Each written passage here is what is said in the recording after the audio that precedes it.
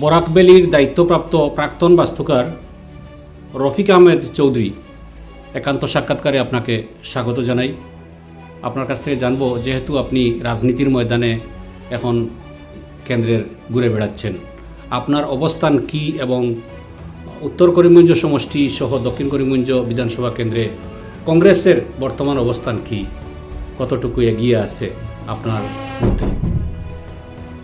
ধন্যবাদ সোনার কালীগঞ্জের দর্শকবৃন্দকে আমাকে কথা বলার সুযোগ করে দেওয়ার জন্য। আপনি অত্যন্ত গুরুত্বপূর্ণ প্রশ্ন করেছেন কংগ্রেসের অবস্থান নিয়ে উত্তর করিমগঞ্জ, দক্ষিণ করিমগঞ্জ এবং অন্যান্য সমষ্টিতে। এগুলো আমি বলবো।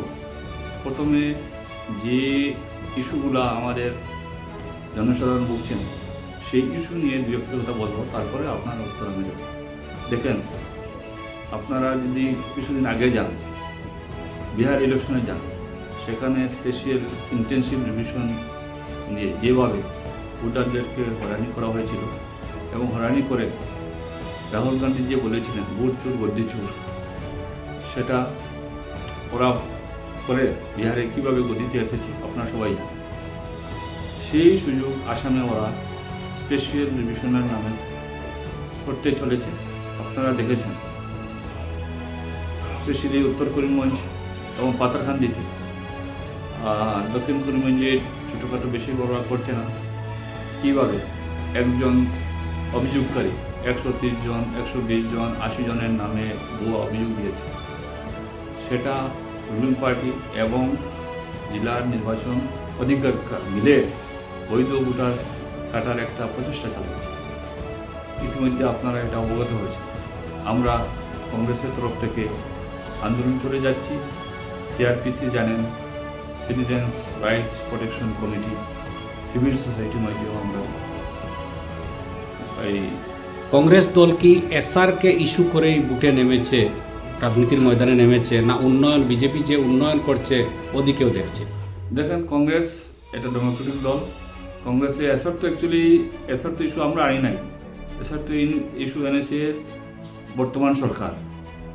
আপনারা জানেন এসআরের মাধ্যমে কীভাবে হয়রানি করা হচ্ছে, ভুয়া অভিযোগ দিয়ে নাম কর্তন করার চেষ্টা চলছে। সো ন্যাচারালি এটা আমাদের ইলেকশন ইস্যু না। আমাদের প্রসেস চলবে কীভাবে একজন বৈধ নাগরিক ভোটার তালিকা থেকে যেন বাদ না যায়, এটা আমাদের প্রচেষ্টা। এটা ভোটার কোনো এজেন্ডা আমাদের নয় বা ইস্যু নয়। এটা বিজেপির কাছে ইস্যু হতে পারে, কারণ ওরা ডেভেলপমেন্ট করে নাই, সেই জন্য ওরা ভোট কেটে গদিতে আসার চেষ্টা করছে। আমি অনুরোধ জানাবো আমাদের বিজেপির বন্ধুগণকে, ওনারা ভোট কেলে ডেভেলপমেন্টের নামে অন্যান্য ইস্যুর মাধ্যমে ভোট কেটে ওরা পরে আসুন, আমাদের কোনো অসুবিধা নেই। কিন্তু ওদের এই সাহস নেই। ওরা বিহারের মতো এখানেও ভোট চুরি করে কীভাবে গদিতে আসে সেটার প্রচেষ্টা চালাচ্ছে। তো আমরা এসে যাই এখন কেন্দ্রভিত্তিক আলোচনায়। আপনি দক্ষিণ করিমগঞ্জ বিধানসভা কেন্দ্রের একজন টিকিট প্রত্যাশী, কংগ্রেস দলের টিকিট প্রত্যাশী। আপনার অবস্থান কি বর্তমান? দেখেন, আমি দীর্ঘ 37 বছর পাবলিক ওয়ার্কস ডিপার্টমেন্ট, জেলা গ্রামীণ সংস্থা, জেলা পরিষদ এবং ন্যাশনাল হাইওয়ে ইনফ্রাস্ট্রাকচার ডেভেলপমেন্ট অথরিটিতে কাজ করেছি। আমি বিভিন্ন এমএলএ, এমপি, মিনিস্টার সঙ্গে কাজ করার সুযোগ পেয়েছি। এমএলএরা কীভাবে কাজ করেন, আমরাও যখন দায়িত্বপ্রাপ্ত ছিলাম আমরাও কীভাবে সংশোধন করি, হাউসে কীভাবে এমএলএরা প্রশ্ন করেন, মিনিস্টাররা কীভাবে উত্তর দেন, এটা আমরা দেখিয়েছি। কীভাবে প্রজেক্ট আনতে হয়, কীভাবে ডিপিআর বানাতে হয়, কোন অফিসে কী হয়, কীভাবে সেন্ট্রালি স্পন্সর স্কিম আনতে হয়, কীভাবে এক্সটার্নাল এডেড প্রজেক্ট আনতে হয়। স্টেটের ফান্ড কম, সেই জন্য এক্সটার্নাল এডেড প্রজেক্ট, ওয়ার্ল্ড ব্যাংকের প্রজেক্ট, নাবার্ডের প্রজেক্ট, পিএমজিএসওয়াই, নাবার্ড, এগুলো কীভাবে আনতে আমার জানা আছে। সেই জন্য আমি মনে করি, যদিও অন্যান্য এই প্রত্যাশী কংগ্রেসের আছেন, ওনারা যোগ্য, কিন্তু ওনাদের থেকে আমি প্রায় 2-3 বছর এগিয়ে থাকি। কেন আমার সবই জানা, কে স্যাংশন করে, কে কীভাবে প্রপোজাল দিতে হয়, কীভাবে ডিপিআর দিতে হয়, সেটা আমার জানা। সেই জন্য আমি মনে করি আমার অবস্থান সত্য এবং দল এই বিবেচনা করে আমাকে টিকিট দেবে। মানলাম আপনার কাজকর্ম সম্বন্ধে আপনার অভিজ্ঞতা আছে, আপনি কিভাবে আনতে হয়, কাজ কিভাবে আনতে হয়, কিভাবে ডেভেলপ করতে হয়, কিভাবে কি ধরতে হয়, ডকুমেন্টারির দিক দিয়ে হোক বা প্রকল্পের দিক দিয়ে সব কিছু আপনার জানা আছে। মাঠের খবর কি, জনগণ কি চাইছে আপনাকে টিকিট আপনি পান, বা দল আপনাকে কতটুকু বিবেচনা করবে, আপনার সমাজে কতটুকু গ্রহণযোগ্যতা আছে কি না, এ ব্যাপারে আপনার মতামত কি? দেখেন, আমি 1996 সে যখন আমি গ্রামীণ উন্নয়ন সংস্থাতে ছিলাম, তখন দক্ষিণ করিমগঞ্জের বিধায়ক ছিলেন আব্দুল মুক্তাদির চৌধুরী সাহেব। উনার যত ধরনের ওয়েলফেয়ার প্রজেক্ট, এটা রিংওয়েল হোক, পানীয় জলের ব্যবস্থা হোক, ছোটোখাটো রাস্তা হোক, মাইনর কালভার্ট হোক, আমি করে দিয়েছি। সেই সুবাদে দক্ষিণ করিমগঞ্জের প্রত্যন্ত অঞ্চলে সবার সঙ্গে আমার একটা যোগাযোগ ছিল। সেই সুবাদে জনগণ আমাকে ভালো পান, আমি জনগণের অনেক কাজ করিয়ে দিয়েছি। সেই জন্য আমি মনে করি আমার অবস্থান শক্ত, আর এই জন্যই দল আমাকে বিবেচনা করবে, এটাই মনে করি। আপনি আশাবাদী দল আপনাকে বিবেচনা করবে এবং মানুষ আপনাকে ডেফিনেটলি মানুষ আপনাকে আমি যখন চাকরি থাকা অবস্থায় আমি এই পাবলিকের সঙ্গে যোগাযোগে আছি, পাবলিকের অনেকগুলো কাজ করিয়ে দিয়েছি। দেখেন, আমাদের জানা মতো দক্ষিণ করিমগঞ্জ সমষ্টিতে এখনো পর্যন্ত টিকিট প্রত্যাশী প্রায় 1 ডজনের উপর। তো এর মধ্যে দল আপনাকে কতটুকু বিবেচনা করবে টিকিট দিতে, আপনার কি বিশ্বাস? আমার তো বিশ্বাস, আমার যে ট্র্যাক রেকর্ড, পাবলিকের সঙ্গে যোগাযোগ, আমি সকল অফিসার ছিলাম না, আমি সবসময় পাবলিকের যোগাযোগে ছিলাম। আপনারা জানেন আমি জেলা ক্রীড়া সংস্থার সঙ্গে জড়িত।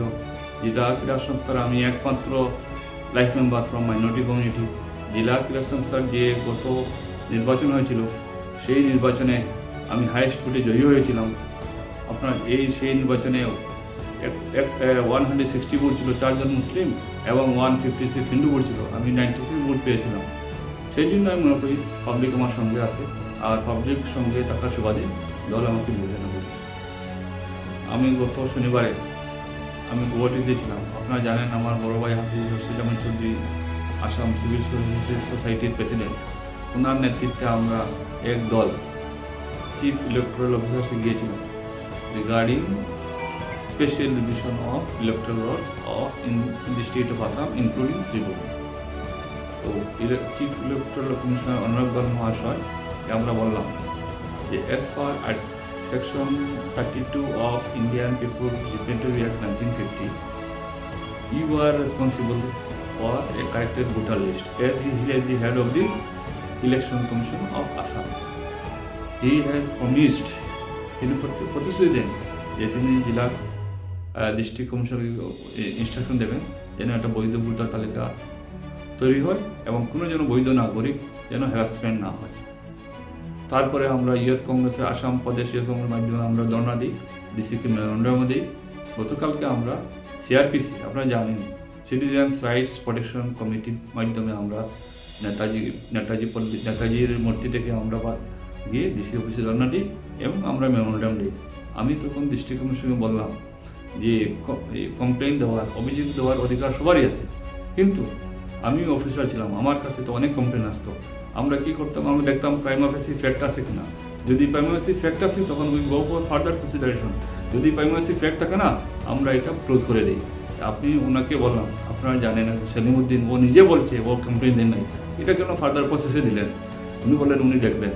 উনিও আমাদেরকে প্রতিশ্রুতি দিয়েছেন যে কোনো বৈধ নাগরিকের হ্যারাসমেন্ট করা হবে না, কোনো বৈধ নাগরিকের নাম কর্তন হবে না, একটা সুন্দর ভোটার লিস্ট তৈরি হবে। আমরা তখন বললাম we are waiting for that. যদি এটা না হয়, যদি কোনো বৈধ নাগরিক হ্যারাসমেন্টে আমরা গণতান্ত্রিকভাবে বৃহত্তর আন্দোলন গড়ে তুলব, ওনাকে আমরা বলে এসেছি। আশা করি উনি ওনার কথা রাখবেন, যেভাবে উনি বলেছেন যে বৈধ নাগরিক হ্যারাস করে না, একটা সুন্দর ভোটার তালিকা তৈরি হবে।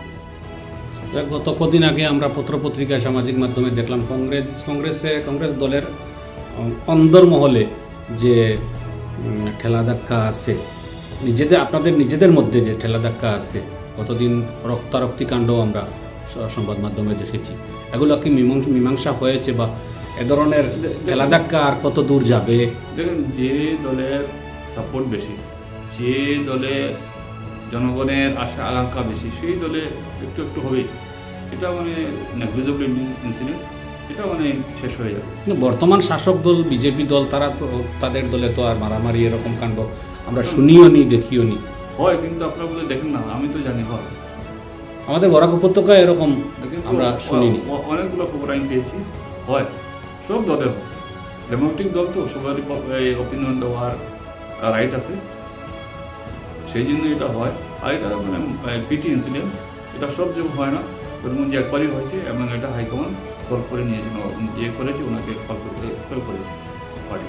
আমার দর্শক আরেকটি কথা জানতে চাইবে আপনার কাছ থেকে, যে এখনও পর্যন্ত দক্ষিণ করিমগঞ্জ সমষ্টিতে প্রায় 12-14 জন প্রার্থী প্রত্যাশী রয়েছে, একজনই টিকিট পাবেন, টিকিট তো একটা কংগ্রেস দলের, বাকি 12 যারা পাবেন না তারা কি করবেন বা আপনার অবস্থান কি? আপনি যদি টিকিট পান আপনি খেলবেন, দেখেন আমি যদি টিকিট যদি না পান তাহলে আপনার অবস্থান। উপরওয়ালার যদি আশীর্বাদ হয় এবং জনগণের যদি শুভেচ্ছা আশীর্বাদ থাকে, ইনশাল্লাহ আমি টিকিট পাবো এবং জয়ী হবো। আমি আগেও বলেছি, আপনার মাধ্যমে বা অন্যান্য সংবাদ মাধ্যমে হোক, যদি আমি পাই না, যে টিকিট পাবে তার সঙ্গে থাকবো। আমি অনুরোধ করবো অন্যান্য প্রার্থীদেরকে, যারা টিকিট পাবেন না তারা যেন যে টিকিট পাবে তার সঙ্গে থাকেন।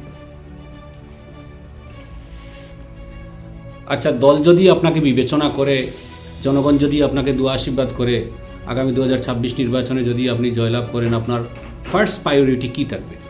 দেখেন, দক্ষিণ করিমগঞ্জ একটা বৃহত্তর অঞ্চল। It starts from Sadarashi to Lakshmibazar, Lafashail, Lakshmipur, Bangladesh border এবং হাইলাকান্দি বর্ডার, খালিনগর। এখানে একটি মাত্র কলেজ আছে, নীলামবাজার কলেজ। কোনো মহিলা কলেজ নেই। ফার্স্ট প্রায়োরিটি একটা মহিলা কলেজ করা, রোড ইনফ্রাস্ট্রাকচার ঠিক করা, পানীয় জল এবং বিদ্যুতের ব্যবস্থা করা, শিক্ষা, রাস্তাঘাট এবং পানীয় জল ব্যবস্থা উন্নত করা, আরও উন্নত করা। তো আপনি এই প্রতিবেদনের শেষ লগ্নে জনগণের উদ্দেশ্যে কি বার্তা দিতে চাইবেন? দেখুন, জনগণের শুধু আমার একটি বার্তা থাকবে, আমি ওদের সঙ্গে সুখে দুঃখে থাকবো। আমি অফিসার হয়ে যেভাবে জনগণের সঙ্গে ছিলাম, সেইভাবে আমি জনগণের সঙ্গে সুখে দুঃখে থাকবো। জনগণের প্রত্যাশা বা জনগণের আশা পূরণ করার চেষ্টা করবো।